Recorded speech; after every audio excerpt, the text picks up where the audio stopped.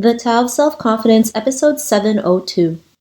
Welcome to the Tao of Self-Confidence, where I share stories of amazing women who have discovered their inner journey to self-confidence. Visit our website at thetaoofselfconfidence.com. Your inner journey to self-confidence awaits. Well, hello friend. Welcome to the Tao of Self-Confidence, where I share stories of amazing women who have discovered their inner journey to self-confidence. I'm your host today, Sheena Yap-Chan, and today I have an amazing lady on the show today. She's a calligrapher and also an author, and I'm really excited to have her on and share her story with us today on self-confidence. So without further ado, I'm going to introduce you to Leslie Tieu. Leslie, how are you today? Maybe you can fill in a little bit more about yourself to the listeners.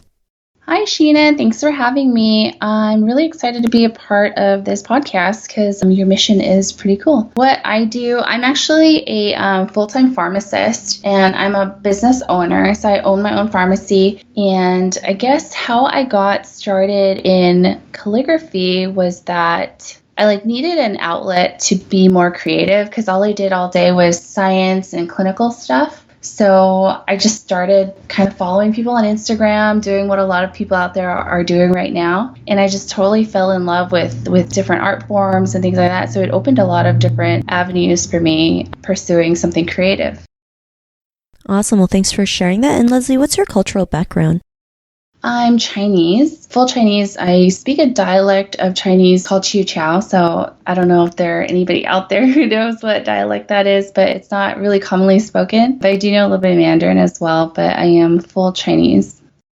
Thanks for sharing that. And that's actually the first time I've heard of that Chinese dialect, but I know there's tons out there that we don't know or are under the radar. Yeah, so thanks for sharing that. And Leslie, what would be your favorite self-confidence quote? I like this one. I think about it a lot, but I don't know who said it. Don't ever doubt your self-worth is kind of like, it's related to confidence for me because I think oftentimes we don't know our value and also we don't know what we're capable of. So I think if you don't doubt that and you move forward and you put your strength, your energy, and your passions into the things that you care about, then you just pretty much amazed by yourself. You'll be surprised at what you're capable of. Thanks for sharing that great quote. And in your own words, how do you define self-confidence? So I think self-confidence is just being able to look inside yourself and realize that you don't have any fear. You can just try things and do things without being concerned about what others will think about you. Because I think when we are kind of bogged down by the judgment of others, then we're afraid, So I think having that confidence to just try and to do that comes from within because it has to be something that you're willing to do for yourself. Thanks for sharing that great definition. And Leslie, what was your life like before your discovery of self-confidence?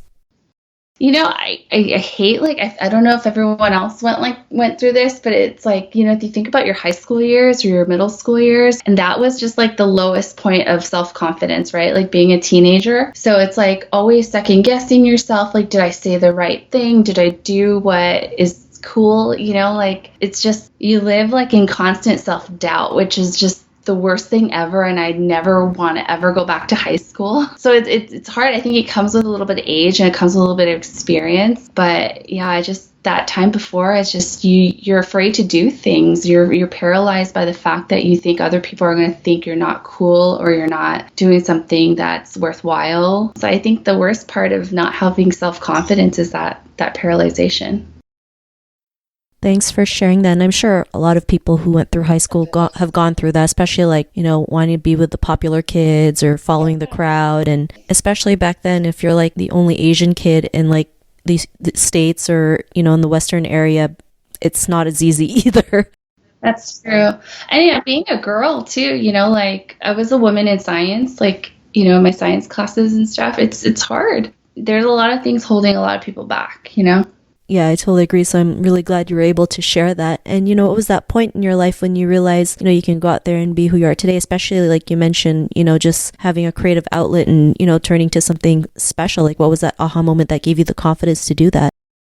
I think just kind of being in college and being able to grow really helped me. But I think even still, like before I started doing Instagram, I was very self-conscious. Like, what if what I posted got no likes? Or what if I wrote a caption that just didn't vibe with people? There's still an element that exists, but I think the aha moment for me was that, like, I need to create for me. Like I can't create and make things and do things for the approval of other people. Because even though it's really nice to have your work be appreciated, like, getting likes and comments and stuff like that always feels nice, but it shouldn't be the reason why we do things. So I think that was my aha moment when I was just like, I don't care how many likes this gets. I put it out there because I want to and I like it. So that's when I kind of just decided, even as an adult, that there are still more levels to having self-confidence.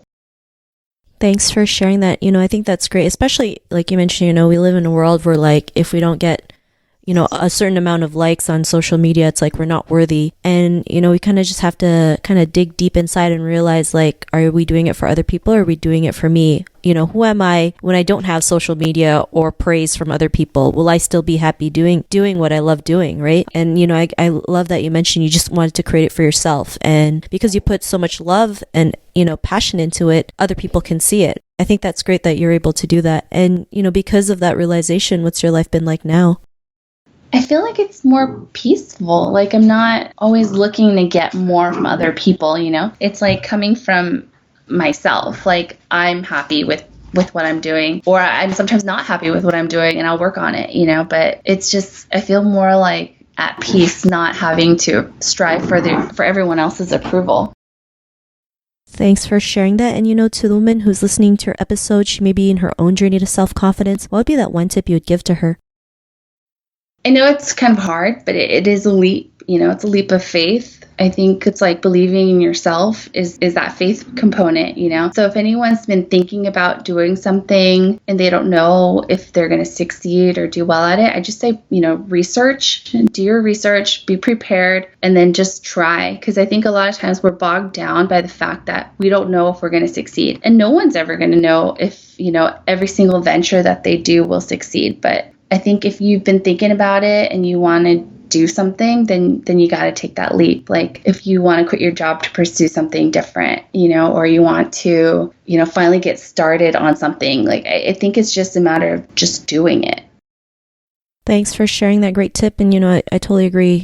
A lot of people who go out there and start something, they had really no clue what to do. They just knew they did it. And it just, for them, it was just, they figured it out along the way, right? And, the more we can hear stories like that, the more we can realize, like, we don't have to have it all together when we first start something. Just taking those baby steps will really help us yield those big results. So I really love that tip that you mentioned. And if our listeners wanted to get to know a little bit more about you and what you do or check out some of your work, is there any links or social media profiles we can connect with?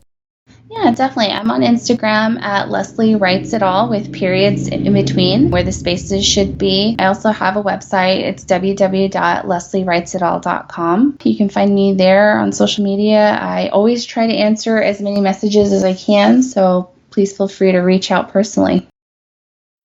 Awesome. Well, thanks for sharing that. And to our listeners, if you want to connect with Leslie, you can also head on over to thetaoofselfconfidence.com and search for Leslie's name. Her show notes will pop up along with everything else that we talked about. And I really just want to thank Leslie today for taking the time to share her story and tips with us on self-confidence. So thank you so much, Leslie. Of course. Thank you for having me, Sheena.